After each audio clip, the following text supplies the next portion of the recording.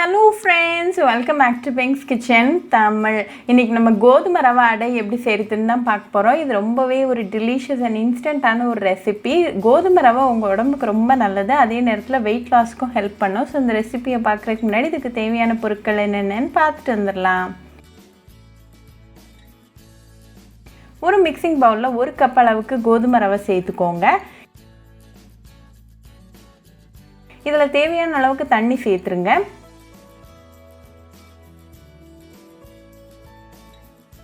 இதை தனியாக வச்சுருங்க. இப்போ இன்னொரு பவுலில் 1/2 கப் அளவுக்கு கடலைப்பருப்பு, அப்புறமா 1/2 கப் அளவுக்கு துவரம்பருப்பு சேர்த்துக்கோங்க. இது கூட ஒரு 8 காஞ்ச மிளகாய் சேர்த்துக்கோங்க. உங்களோட காரத்துக்கு ஏற்றாப்புல இந்த கவுண்ட்டை நீங்கள் கூடவோ குறைக்கவோ செஞ்சுக்கலாம். இது கூட தேவையான அளவுக்கு தண்ணி சேர்த்துருங்க.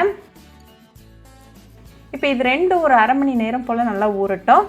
இப்போ 1/2 மணி நேரத்தில் ரெண்டும் நல்லா ஊறி ரெடியாக இருக்குது. ஸோ இந்த பருப்பில் இருந்த தண்ணியெல்லாம் நீக்கிட்டு அதை ஒரு மிக்சர் ஜாருக்கு சேர்த்துக்கோங்க. இது கூட ஒரு 4 சின்ன வெங்காயம் சேர்த்துட்டு இதை ஒரு கோர்ஸ் பேஸ்ட்டாக அரைச்சி எடுத்துகிட்டு வந்துடலாம். இப்போ இது கூட நம்ம அந்த கோதுமை ரவையில் இருந்த தண்ணியும் நீக்கிட்டு அதையும் உள்ளே சேர்த்துக்கலாம். அகெயின் ஒரு கோர்ஸ் பேஸ்ட்டாக அரைச்சி எடுத்துகிட்டு வந்துடலாம்.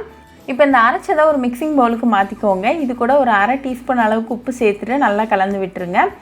இப்போ நமக்கு கோதுமை ரவை அடை பேட்டர் ரெடியாக இருக்குது. ஸோ அடை எப்படி செய்கிறதுன்னு பார்க்கலாம். ஒரு தவாவை சூடு பண்ணிக்கோங்க. அதில் ஒரு கரண்டி அளவுக்கு மாவை சேர்த்துட்டு நல்லா மெல்லிசாக ஸ்ப்ரெட் பண்ணி விட்டுருங்க.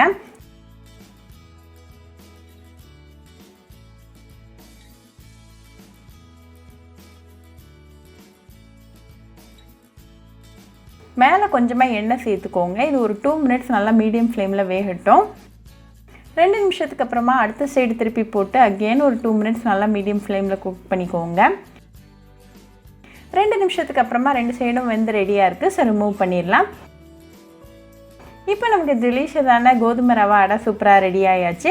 இதை கொஞ்சமாக இட்லி பொடி இல்லாட்டி சட்னி கூட சர்வ் பண்ணி உங்கள் ஃபேமிலி அண்ட் ஃப்ரெண்ட்ஸ் கூட என்ஜாய் பண்ணுங்கள். ரொம்பவே ஈஸி, டெலிஷியஸ் அண்ட் சிம்பிளான ஒரு ரெசிபி. ஸோ கண்டிப்பாக இந்த கோதுமை ரவை அடை ரெசிபி உங்கள் வீட்டில் ட்ரை பண்ணி பாருங்கள். ட்ரை பண்ணிவிட்டு எப்படி இருந்துச்சுன்னு எனக்கு கமெண்ட்ஸில் சொல்லுங்கள். ஒரு சூப்பரான ரெசிபியோட உங்களை வந்து பார்க்குற வரைக்கும் பாய் ஃப்ரெண்ட்ஸ். உங்களுக்கு இந்த வீடியோ பிடிச்சிருந்தா லைக் பண்ணுங்கள், ஷேர் பண்ணுங்கள், கமெண்ட் பண்ணுங்கள் அண்ட் மறக்காமல் சப்ஸ்கிரைபும் பண்ணிடுங்க. கூடவே பக்கத்தில் இருக்க பெல் ஐக்கானையும் கிளிக் பண்ணிக்கோங்க. அப்போ தான் நான் போடுற வீடியோஸ் எல்லாம் உங்கள் நோட்டிஃபிகேஷனில் வரும்.